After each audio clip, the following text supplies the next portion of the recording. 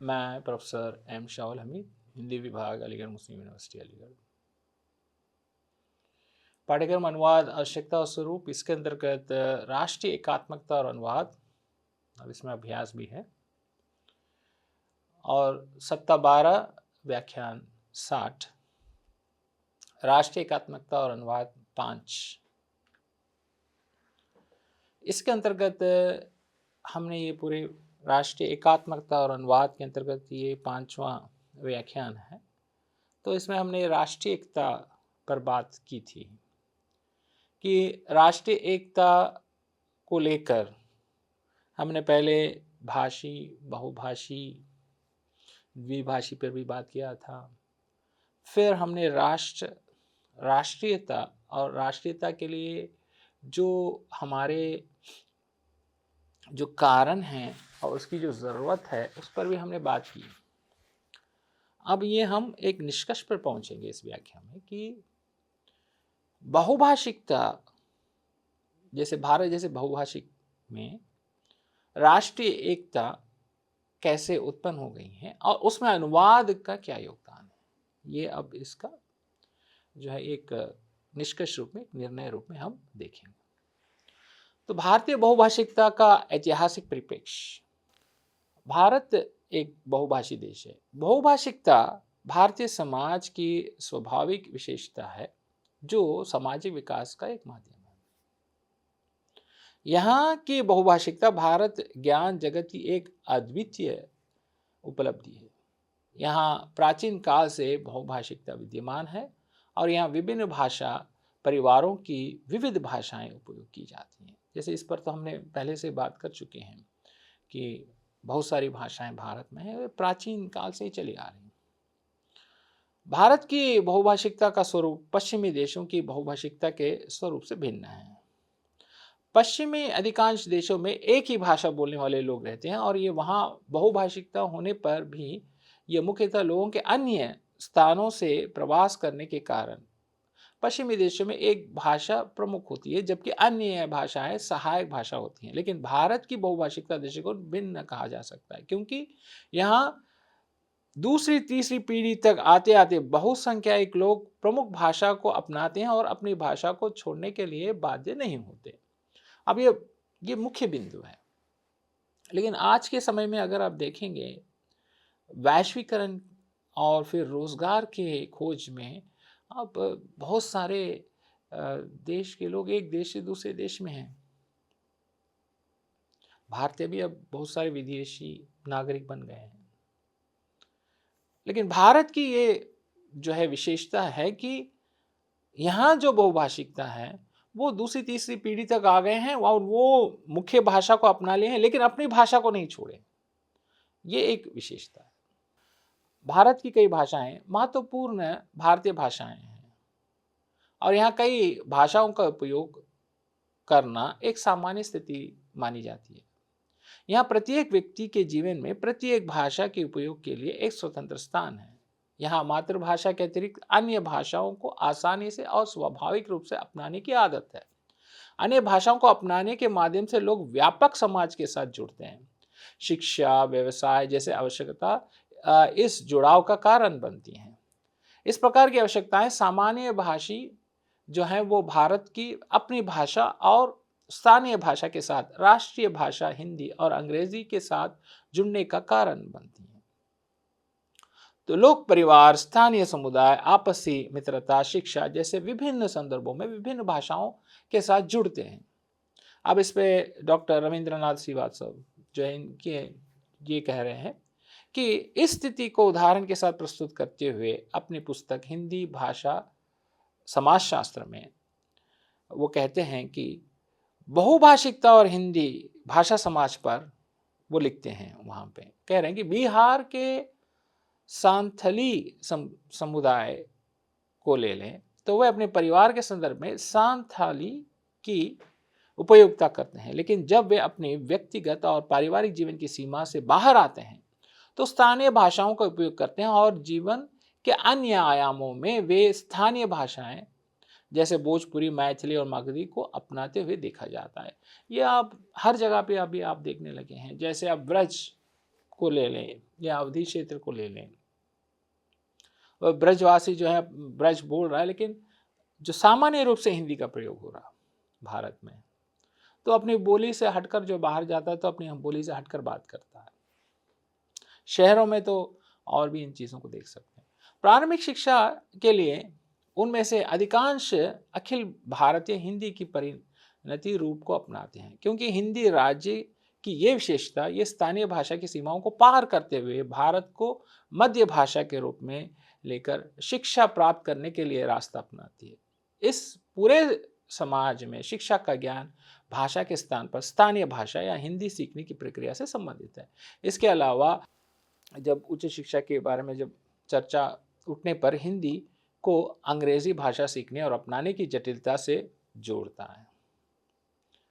तो ये जो है डॉक्टर श्रीवास्तव के विचार भारत के अन्य भाषा बोलियों वालों के लिए भी समान है। तो अब ये समान है। जैसे अभी माध्यम क्या है, शिक्षा का माध्यम दो माध्यम है, खासकर जो है वो हिंदी हमारा माध्यम है। तो कई जगह पर शहरों में अंग्रेजी माध्यम है, तो वो वहाँ पे आपकी जो है घर की जो बोली है या जो भी भाषा है उससे आप नहीं सीखते। साहित्यिक रचना और लोक व्यवहार में बहुभाषिकता, तो प्राचीन काल से ही बहुभाषा भाषी लोगों की जन्मभूमि व कर्मभूमि रहा है।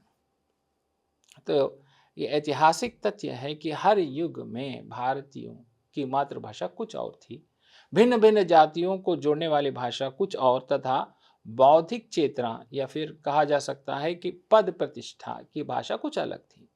बहुभाषिकता की इस स्थिति को लोगों ने कभी सामाजिक अथवा व्यक्तिगत कमजोरी के रूप में नहीं देखा। यहाँ एक से अधिक भाषाओं को जानना गौरव का विषय रहा। यही कारण है कि द्विभाषियों के प्रति यहाँ सदैव विशेष सम्मान का भाव रहा है। तो अब साहित्य और उसकी रचना, जैसे साहित्यिक भाषा और उसकी जब उसकी रचना करेंगे तो और लोक व्यवहार की भाषा में भी बहुभाषिकता दिखती है। ये प्राचीन काल से भी चले आ रहा। भारत के विभिन्न भाषा परिवार के बीच भाषा के सामान्यतः सदियों से विद्यमान है। संबंध की स्थिति के परिणाम स्वरूप इस समय आर्य भाषाएं और द्रविड़ भाषाओं के मिश्रण की प्रवृत्ति देखी जा सकती है।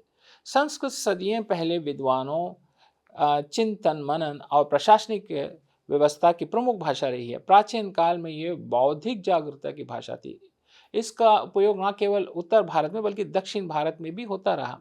विद्वानों ने पाली और संस्कृत, तमिल, संस्कृत और अर्धमागधी, पाली और अर्धमागधी के बीच व्यवहारिक सेतु स्थापित किए हैं। उदाहरण के लिए मध्यकालीन भक्ति आंदोलन के दक्षिण भारतीय आचार्यों की मातृभाषा द्रविड़ भाषा परिवार की थी, लेकिन उन्हें ब्रज भाषा में पुनर्जागरण किया और संस्कृत भाषा में तत्व चिंतन किया। समय के साथ संस्कृत में परिवर्तन शुरू हुए और ये सरलता की ओर बढ़ी। सरलीकरण की यह प्रक्रिया रूप शब्द रचना के स्तर पर घटती हुई है।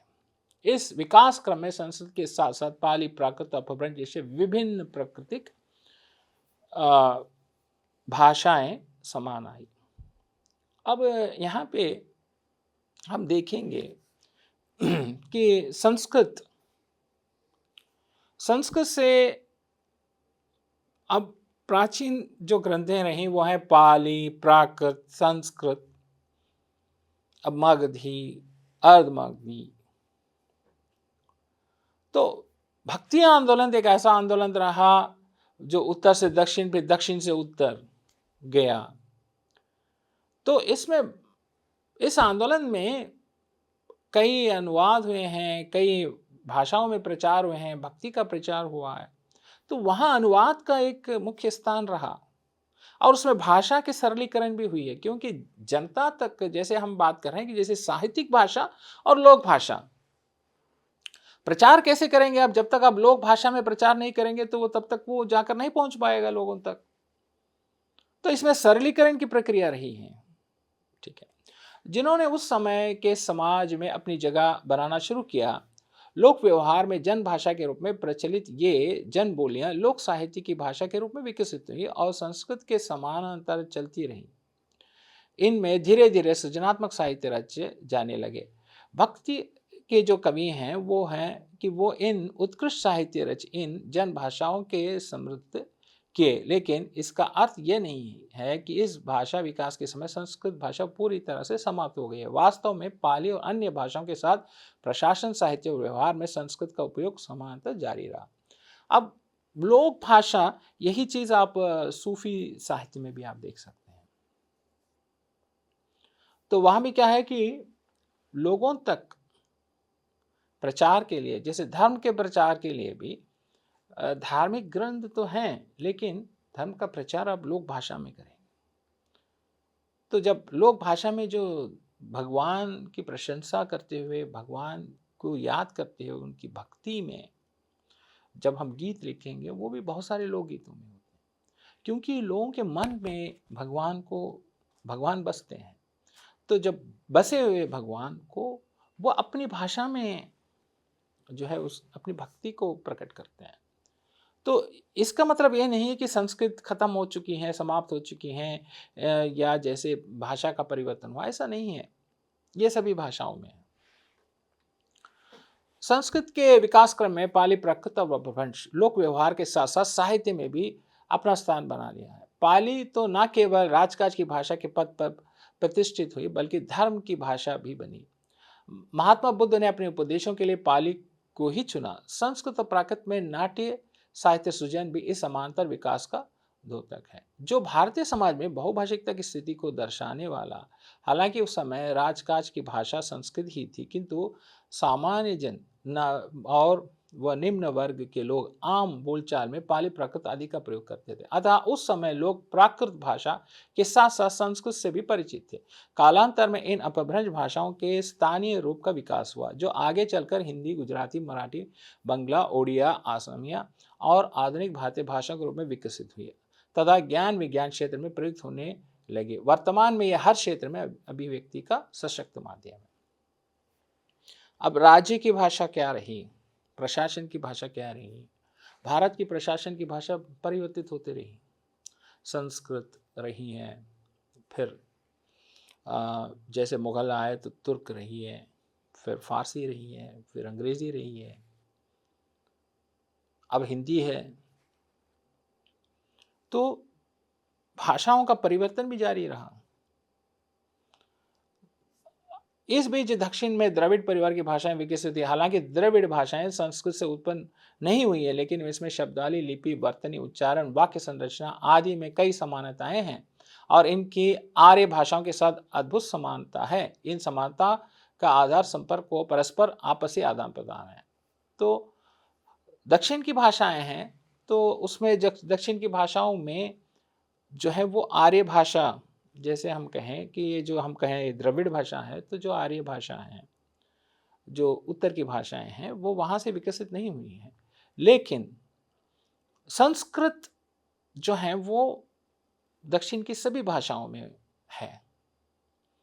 शब्द हैं, वर्तनी है और उसके उच्चारण हैं, उसके वाक्य संरचना है, सब हम देख सकते हैं। भारतीय बहुभाषिक समाज एक बड़ी विशेषता यह है कि यहाँ व्यवहार में ही अनेक भाषाएं प्रयुक्त नहीं होती, बल्कि बहुत से साहित्यकार, लेखक भी एक ही से अधिक भाषाओं में साहित्य रचना करते हैं।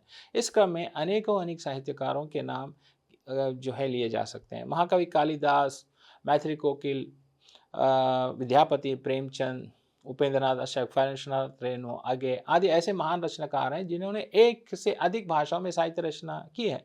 यहाँ तक कि कई बार साहित्यकार लेखकों ने अपनी एक ही कृति को एक से अधिक भाषाओं में रचा। जैसे महाकवि जो है वो कालिदास ने अभिज्ञात शकुंतलम में संस्कृत के साथ ही शौरसेनी, महाराष्ट्रीय और मागधी प्राकृत का प्रयोग किया। तो बहुभाषिकता का जो लाभ है वो साहित्यकारों ने लिया है। साहित्यकारों ने बहुभाषिकता को जो है अपने साथ लेकर चले, क्योंकि एक भाषा से और भाषाओं का उनको ज्ञान है, तो उसमें साहित्य भी रचा है। इसके बाद लोगों के व्यवहार की प्रणाली में भी बहुभाषिकता की स्थिति थी।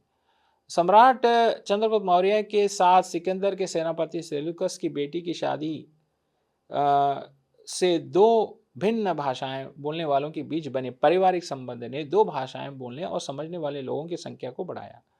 महात्मा बुद्ध और महावीर के समय में प्राकृत जन भाषा थी और पाली साहित्यिक भाषा के रूप में व्यापक रूप में फैली हुई। मुगलों के शासन में कई भाषाएं बोलने की स्थिति बढ़ी। मुगलों की मातृभाषा तुर्की, धर्म और साहित्य संस्कृति की भाषा अरबी और साहित्य भाषा फारसी थी। फारसी मुगल काल में सरकार की भाषा बन गई। इससे पहले ये जिम्मेदारी संस्कृत, पाली जैसे भाषाएं द्वारा निभाई जाती थी। ये स्थिति वास्तव में कई भाषाओं के लंबे इतिहास के निरंतर को प्रकट करती है। विभिन्न स्तर पर भाषाओं की उचित प्रतिष्ठा बनाए रखने का अवसर था। यह सब भारतीय संस्कृति की आधारभूत विशेषताओं के कारण संभव हुआ, जिससे भारत की कई भाषाओं को और अधिक मजबूत किया है। सहयोग ब्रिटिश शासन में अंग्रेजी भाषा की उपस्थिति ने देश में कई भाषाएं बोलने की स्थिति को और बढ़ावा दिया है।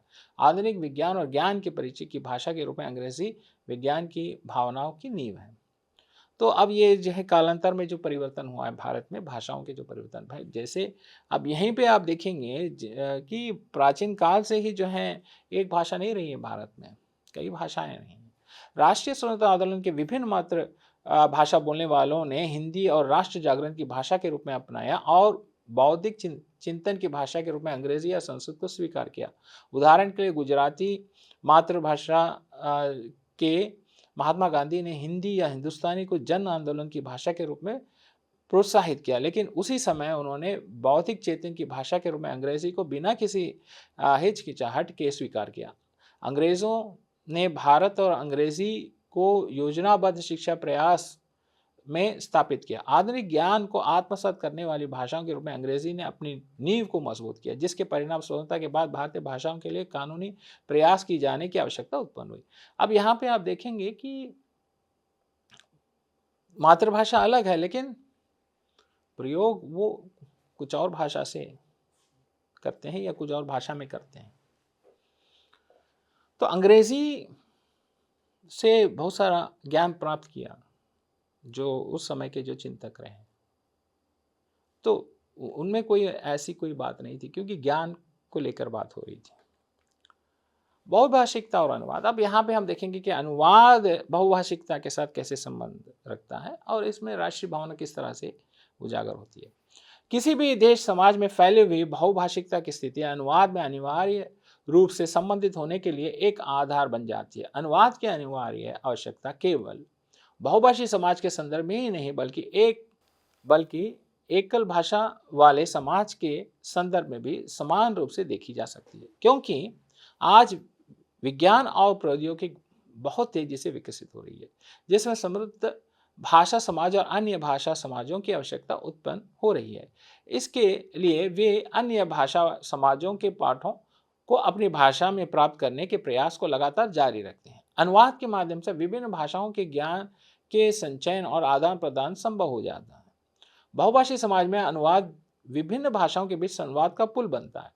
वहाँ विभिन्न भाषा माध्यम के जीवन की सामान्य गतिविधियों से लेकर सामाजिक, सांस्कृतिक, व्यापार और शैक्षिक उपयोगिता जैसे सभी महत्वपूर्ण संदर्भों में अनुवाद की आवश्यकता अत्यंत महत्वपूर्ण हो जाती है।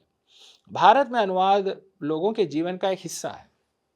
यहाँ की बहुभाषिकता को इस प्रकार व्यक्त किया जा सकता है कि लोग अपनी आवश्यकताओं को पूरा करने के लिए एक भाषा बोलते हैं और राज्य और राष्ट्रीय स्तर पर आवश्यकता को पूरा करने के लिए दूसरी भाषा या दोनों पक्षों द्वारा समझी जाने वाली भाषा का उपयोग करते हैं।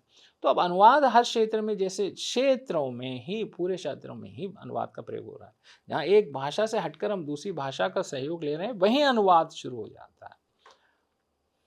बहुभाषी समाज के सदस्यों के दैनिक जीवन में उनके परिवार, कार्यस्थल, स्थानीय और क्षेत्रीय स्तर पर आपसी संघर्ष की भाषा और वार्ताएं भिन्न होती हैं। इसलिए जब बहुभाषी लोग एक साथ मिलते हैं तो अपनी दैनिक जीवन की आवश्यकता को पूरा करने के लिए एक दूसरे से संपर्क करते समय वह अपनी भावनाओं और विचारों को मन के आधार पर अनुवादित करते हैं। इसका अर्थ है कि शिक्षा, व्यापार और आवश्यकता और स्थानीय क्षेत्रों की परिस्थितियों की आवश्यकता के अनुसार अन्य भाषाओं का सहज और स्वाभाविक रूप से उपयोग करते समय उनके मन में अनुवाद की प्रक्रिया लगातार चलती रहती है। इस प्रकार अनुवाद विभिन्न भाषाएं बोलने वाले लोगों के बीच संवाद का पुल बनता है। भाषी स्तर पर अनुवाद की आवश्यकता के अलावा लिखित स्तर पर अनुवाद भारत जैसे बहुभाषी समाज में अनिवार्य है। उदाहरण के लिए भारतीय बहुभाषी संदर्भ में अनुवाद का व्यापक सामाजिक, पेशेवर और शैक्षणिक महत्व है।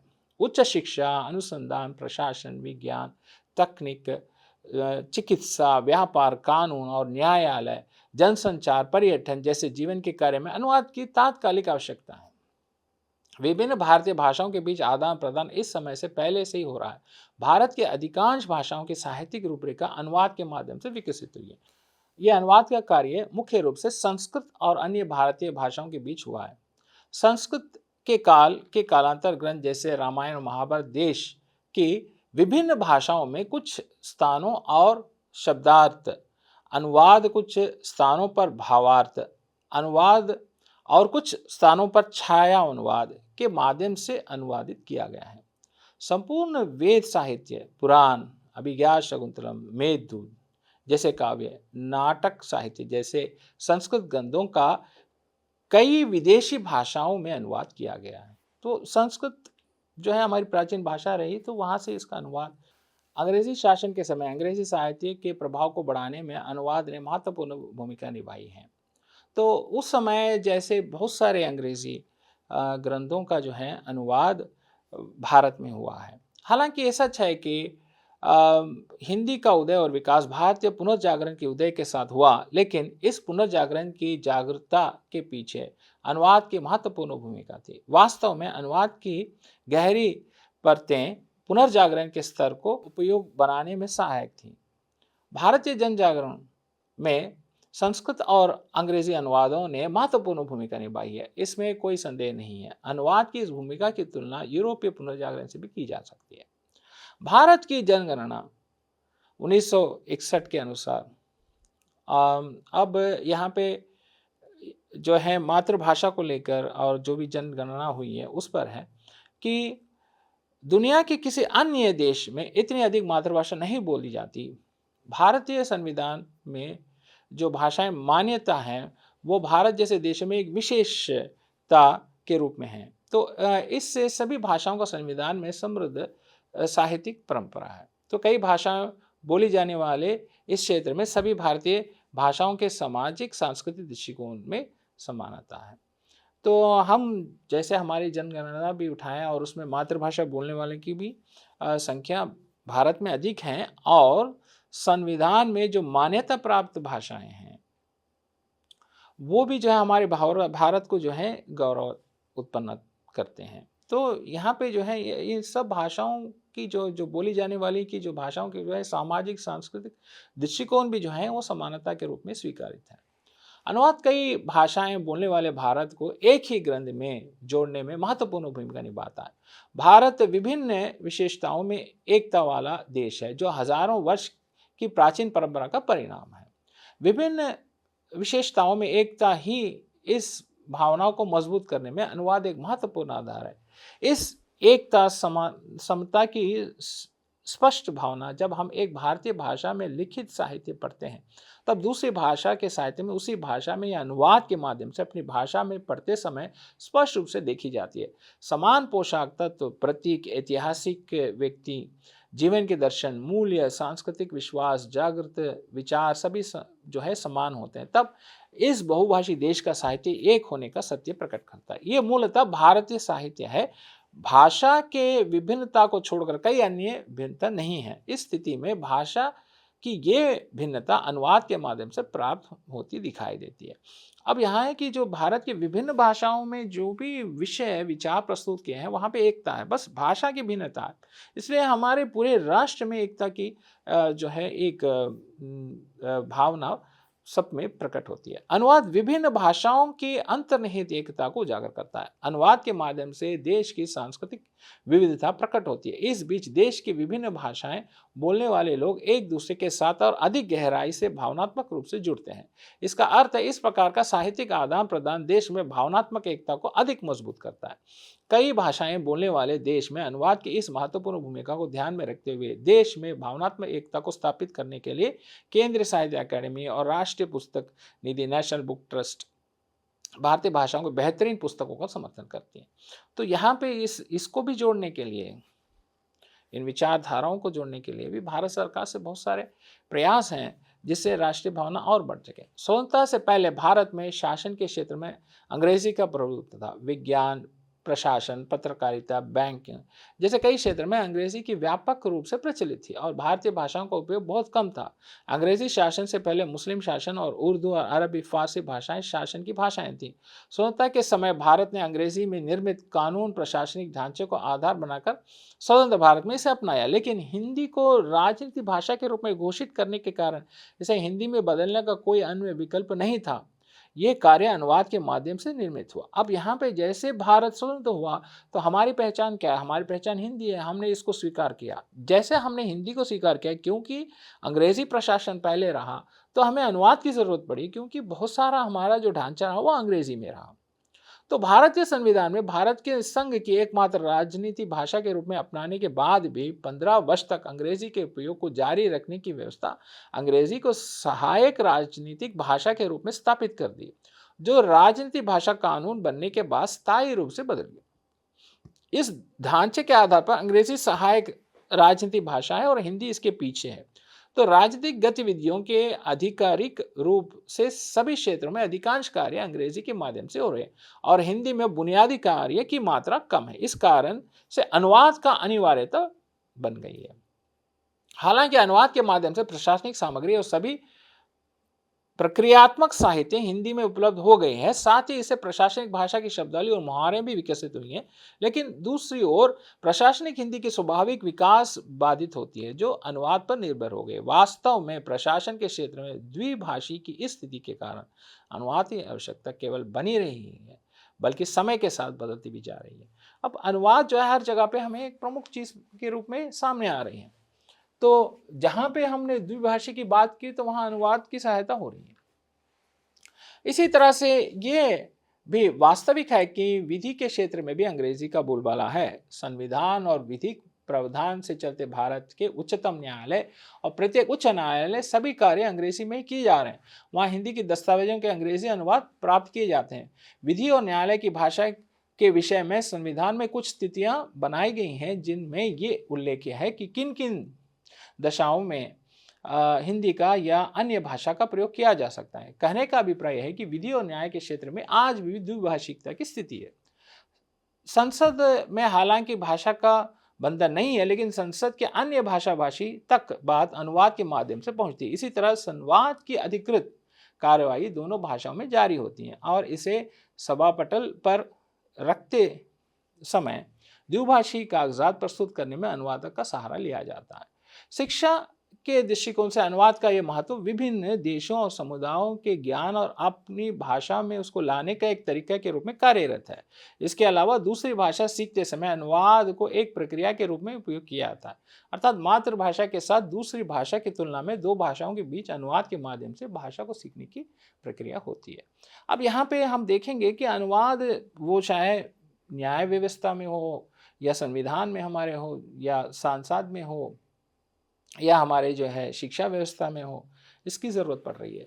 साथ ही विभिन्न विषयों का अध्ययन करते समय दूसरी भाषा से अनुदित वैज्ञानिक सामग्री उत्पाद के रूप में उपयोग की जाती है और इससे शिक्षा प्राप्त की जाती है। इसके बाद भारत जैसे किसी भी बहुभाषी देश समुदाय में शिक्षा के माध्यम से दृष्टिकोण से अनुवाद की अनिवार्यता। शिक्षा का माध्यम उस भाषा को संदर्भित करता है, अर्थात वो भाषा जिसमें शिक्षा प्रदान की जाती है। हमारे देश में प्रारंभिक शिक्षा से लेकर उच्च शिक्षा तक अंग्रेजी, हिंदी और अन्य प्रमुख भारतीय भाषाओं के माध्यम से शिक्षा प्रदान की जाती है, अर्थात अंग्रेजी, हिंदी और विभिन्न क्षेत्रीय भाषाएं हिंदी के माध्यम के रूप में कार्य करती हैं। ध्यान देने योग्य बात यह है कि अंग्रेजी माध्यम संतुल्य रूप से बना हुआ है, जो ब्रिटिश शासन के अंतर्निहित परंपरा का परिणाम।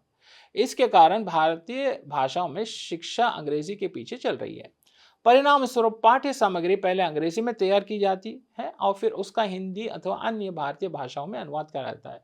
इससे शिक्षा माध्यम से अनुवाद को सक्रिय बढ़ाती है और वस्तुतः शिक्षा के क्षेत्र में अनुवाद का व्यापक और अपरिहार्य महत्व है। तो यहाँ आपने देखा कि किस तरह से भारत में राष्ट्रीय एकता बनी हुई है और इसकी ज़रूरत है और इसमें अनुवाद का महत्वपूर्ण योगदान है। तो कुछ शब्द आपके अभ्यास के लिए। अनाउंसर, आख्यापक, आख्यापक, वाचक, अनाउंसर। अनाउंसर इंटरमीडिएट ग्रेड, मध्य वर्गीय grade announcer. Announcer junior grade, कनिष्ठ grade announcer. Announcer senior grade, वरिष्ठ grade announcer. Anthropological survey of India, भारतीय मानव विज्ञान सर्वेक्षण। एंथ्रोपोलॉजिस्ट, मानव विज्ञानी, भूविज्ञानी। एंटी करप्शन ब्रांच, भ्रष्टाचार निरोध शाखा।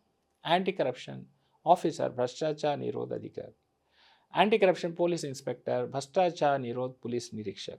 एंटी मलेरिया ऑफिसर, मलेरिया निरोध अधिकारी। Anti malaria spraying man, malaria निरोध फुहारक, फुहारक। एंटी क्यूटी असिस्टेंट, पुरावस्तु सहायक। एपरियरिस्ट, मधुमक्खी पालक। अपील क्लर्क, अपील लिपिक।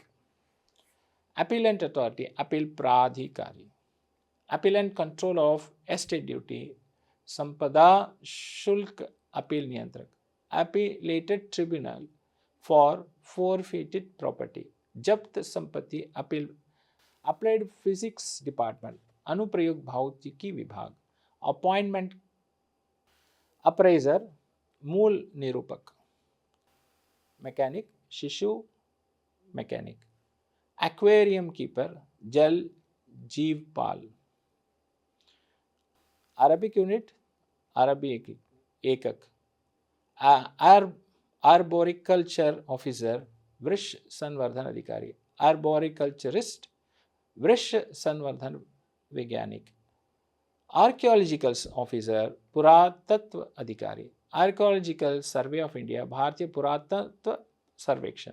आर्कियोलॉजिस्ट, पुरातत्वविद। आर्किटेक्ट, वास्तुविद। आर्किटेक्ट प्लानर, वास्तु योजनाकार। आर्किटेक्चरल असिस्टेंट, वास्तु सहायक। स्थापत्य सहायक। आर्किटेक्चरल एंड प्लानिंग डिपार्टमेंट, स्थापत्य और योजना विभाग। आर्काइविस्ट, अभिलेखाध्यक्ष। एरिया चेजर, क्षेत्र chaser. Area commander, area commander. Area installer, engineer, क्षेत्रीय संस्थापन इंजीनियर। एरिया सुपरिटेंडेंट, क्षेत्र अधीक्षक। एरिया सुपरवाइजर, क्षेत्र पर्यवेक्षक। आर्मामेंट ऑफिसर, आयुध अधिकारी। Armament officer. Armature winder, armature वलयक। Armed force film and photo division, शस्त्र सेना फिल्म और फोटो प्रभाग। आर्म्ड फोर्स मेडिकल कॉर्प्स, सशस्त्र सेना चिकित्सा core. Armed force medical service, सशस्त्र सेना चिकित्सा सेवाएं। शस्त्र सेना चिकित्सा भंडार depot. Armed force officers mess, शस्त्र सेना अफसर mess. Armed force transfusion centre, सशक्त सेना आधान केंद्र। आर्म्स क्लर्क, शस्त्र लिपिक, शस्त्र clerk. Army base workshop, army base workshop. Army commander, army commander. Army headquarters, स्थल सेना मुख्यालय, सेना मुख्यालय। आर्मी हॉस्पिटल, सेना अस्पताल, सैनिक अस्पताल। Army medical corps, army medical corps, सेना चिकित्सा कोर। आर्मी ऑर्डिनेंस डिपार्टमेंट, सेना आयुध विभाग। Army reserve officer, army reserve अफसर। आर्मी वेंटिनरी कॉर्प्स, सेना पशु चिकित्सक कोर। आर्ट एग्जीक्यूटिव, कला कार्यपालक। आर्म्ड फोर्स कांस्टेबल, शस्त्र पुलिस सिपाही। आर्मोरर, शस्त्र साज। आर्मरर। आर्मोरी ऑफिसर, शस्त्रगार अधिकारी। आर्मोरी सेंटरी, शस्त्रगार संतरी। तो इस पूरे व्याख्यान को आप अच्छी तरह से समझे होंगे, आप, ये मेरी आशा है। पूरे 60 व्याख्यान आज समाप्त होते हैं। पूरे 60 व्याख्यान में अनुवाद की आवश्यकता और स्वरूप इसको मैंने समझाया है, और आप इसको जो है 12 सप्ताहों में समझे हैं। पूरे 60 व्याख्यान इसमें हुए हैं, जिसमें मैंने अनुवाद से संबंधित सभी सूचनाएं आपको इसमें देने की कोशिश की हैं, और अभ्यास और शब्दावलियाँ भी आपको दी हैं ताकि आप अभ्यास करें और अच्छे अनुवादक बने।